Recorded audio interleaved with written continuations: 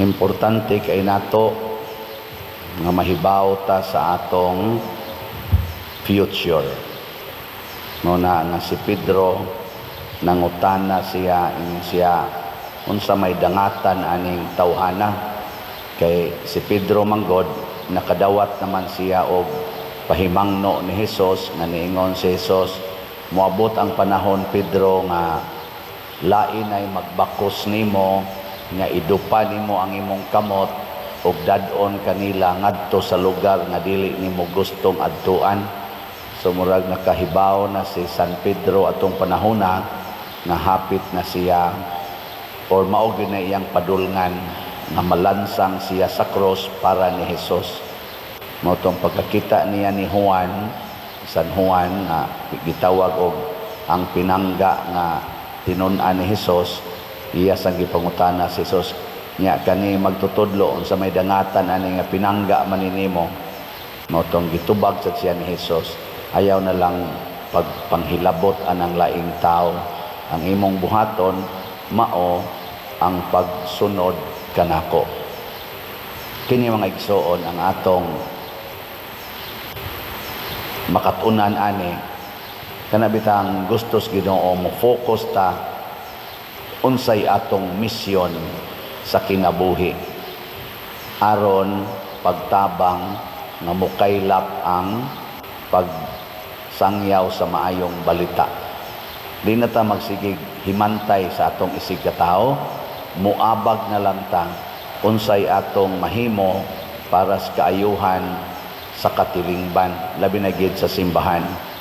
Muna si San Pablo, wa siya sa buhian unta siya sa mga Romanhon, pero kay pagbuot mas Ginoo nga moabot gid siya Roma, niabot siya Roma sa paagi nga gikiha siya or giluto siya sa mga kaigsuonan niyang mga Hudiyo. Bati ang maong sitwasyon kay wa siya sa pero priso na hinoon siya, pero gibuhat ni San Pablo ang tumong niya pagsangyaw gyapos maayong balita. Munang bisag tuwa siya sa bilangguan hangtod na nahimo siya nga tuwa siya sa iyang house arrest nga sitwasyon mga 2 ka tuig, wa lang gyapon siya muundang sa pagsigi og sangyaw sa maayong balita nga matod pa diri sa unang pagbasa gihimo niya kini sa dakong kaisog o kasayon. Nganong kaisog man kay ligas lang kagamay piniriso nagukadaan patay dayon, pero sa kasayon nganong sayon man kay dili man pangandoy ni San Pablo nga ang iyang kaugalingon mo'y iyang panalipdan. Ang iyang gipanalipdan o ang iyang gisangyaw mauman ang kinabuhi ni Hesus nga matod pa niya diri na bilanggo ko tungod kaniya nga maoy paglaom sa katawhan sa Israel. Kini bitang magsangyaw tag paglaom mura sa tag madasigon. Parianang mamaligya kog slat ninyo unsa may gisangyaw na ko ana paglaom nga kining atong bayron non sa atong kumbinto mahurot kini siya og kabayad. Naapamantay mga wa pa kuroy update pero naapamantay mga 38 o mga 37,000 na palitonon tag 500 pesos ang paglaom ani nga ang atong mga contractors nga maoy ni trabaho ani itong kumbinto nga hurot-hurot na nilag human ang ilang trabaho pero wa pa sila mabayran gid sila.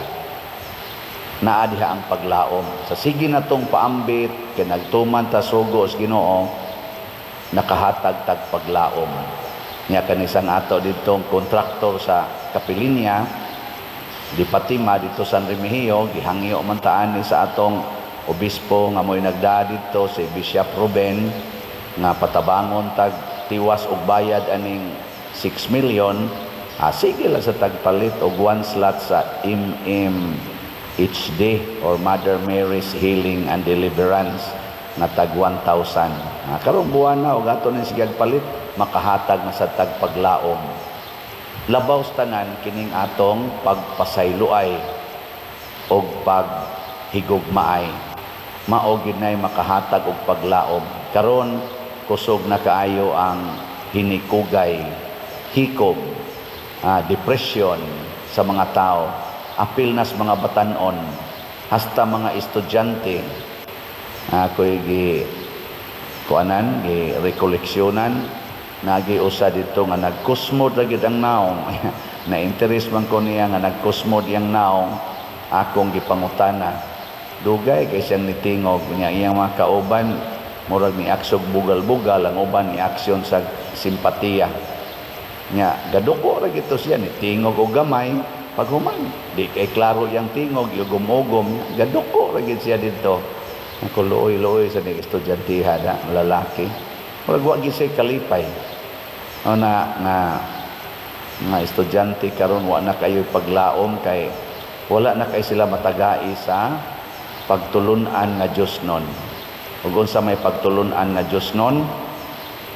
Matod pa diri sa atong tubag sa Salmo, ang matarong mosud-ong sa imong naong o Ginoo. Magtinarong lang kita sa atong kinabuhi, likayan ng sala. Kay ang sala mao maginay number 1 nga moguba sa atong relasyon o moguba sa atong kinabuhi.